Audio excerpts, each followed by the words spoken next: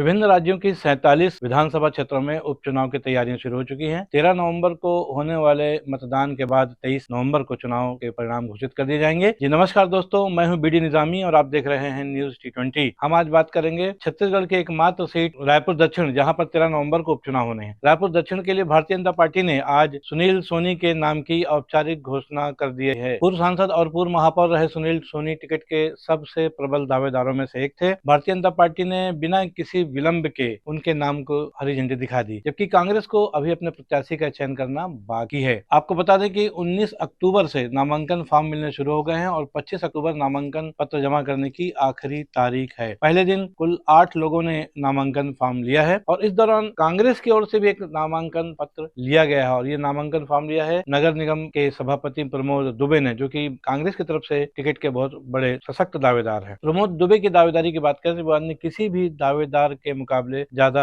मजबूत माने जा रहे हैं। नगर पालिका निगम रायपुर के महापौर रह चुके प्रमोद दुबे फिलहाल नगर पालिका के सभापति हैं। आपको ये भी बता दें कि 2023 के विधानसभा चुनाव के दौरान भी उन्होंने रायपुर दक्षिण से ही बृजमोहन अग्रवाल के खिलाफ विधानसभा चुनाव लड़ने के लिए टिकट मांगी थी, लेकिन तब कांग्रेस ने महंत राम सुंदर दास को चुनाव मैदान में उतारकर भाजपा की तर्ज पर एक नया दांव खेला था, बड़ा दांव खेला था। लेकिन अफसोस कि वो बुरी तरह फेल हो गया और महंत राम सुंदर दास ने पूरे छत्तीसगढ़ में सबसे ज्यादा मतों से हारने का रिकॉर्ड अपने आप बना लिया। बीते 34 सालों की बात करें तो लगातार 8 विधानसभा चुनाव जीत चुके बृजमोहन अग्रवाल ने 2023 के पिछले चुनाव में 65,000 से ज्यादा मतों से जीत हासिल करके छत्तीसगढ़ में सबसे बड़ी जीत का रिकॉर्ड अपने नाम कर लिया है। पिछले चुनाव में यह रिकॉर्ड कांग्रेस के मोहम्मद अकबर के नाम था, जब उन्होंने कवर्धा में भाजपा प्रत्याशी को 59,000 से भी ज्यादा मतों से शिकस्त दी थी। हालांकि इस बार मोहम्मद अकबर वर्तमान गृह मंत्री विजय शर्मा के खिलाफ 45,000 से भी ज्यादा मतों से चुनाव हार चुके हैं। आपको ये भी बता दें कि सुनील सोनी 2019 में रायपुर के सांसद का चुनाव जीत चुके हैं, मैंने सांसद रह चुके हैं, लेकिन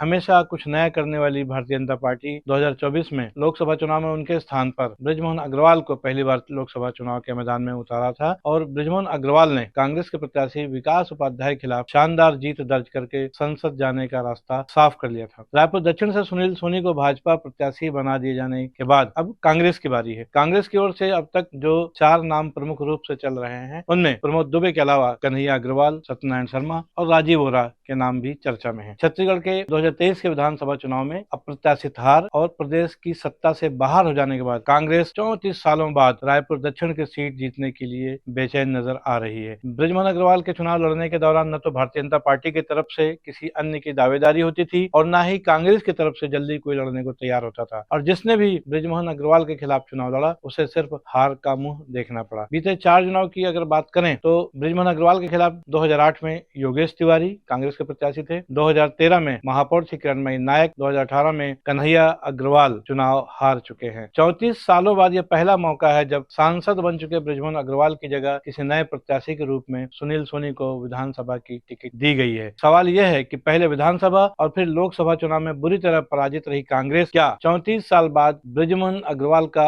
बनाया अभेद्य किला भेद पाएगी और इस किले को तोड़ने के लिए वह किस प्रत्याशी पर अपना दांव लगाएगी। इस बार उपचुनाव में रायपुर दक्षिण में पिछले एक सप्ताह से ब्राह्मण समाज के लोगों ने एक माहौल बनाया कि वो भाजपा या कांग्रेस से ब्राह्मण प्रत्याशी मैदान में होना चाहिए। भाजपा ने तो सुनील सोनी को टिकट देकर उनकी आशाओं पर पानी फेर दिया है, लेकिन कांग्रेस के पास कम से कम 5 ब्राह्मण दावेदार हैं, जिनमें प्रमोद दुबे के अलावा वरिष्ठ कांग्रेसी नेता सत्यनारायण शर्मा, पत्रकारिता से जुड़े राजीव बोरा, ज्ञानेश शर्मा और आकाश शर्मा के नाम शामिल है। सवाल ये भी है कि क्या कांग्रेस पार्टी रायपुर दक्षिण का गढ़ भेदने के लिए ब्राह्मण प्रत्याशी पर दांव लगाएगी। इसलिए भारतीय जनता पार्टी का प्रत्याशी घोषित होने के बाद सभी को कांग्रेस के प्रत्याशी घोषित होने का इंतजार है। खबर यह भी है कि प्रदेश अध्यक्ष दीपक बैज और अन्य पर्यवेक्षकों ने दिल्ली में हाईकमान के पास संभावित प्रत्याशियों का पैनल भेज दिया है और उम्मीद है कि अगले 1 या 2 दिनों में दिल्ली से ही रायपुर दक्षिण के लिए कांग्रेस प्रत्याशी के नाम का ऐलान कर दिया जाएगा। तब तक इंतजार कीजिए और बने रहिए न्यूज T20 के साथ। आज के लिए बस इतना ही। मैं हूं बीडी निजामी। नमस्कार, जय जोहार।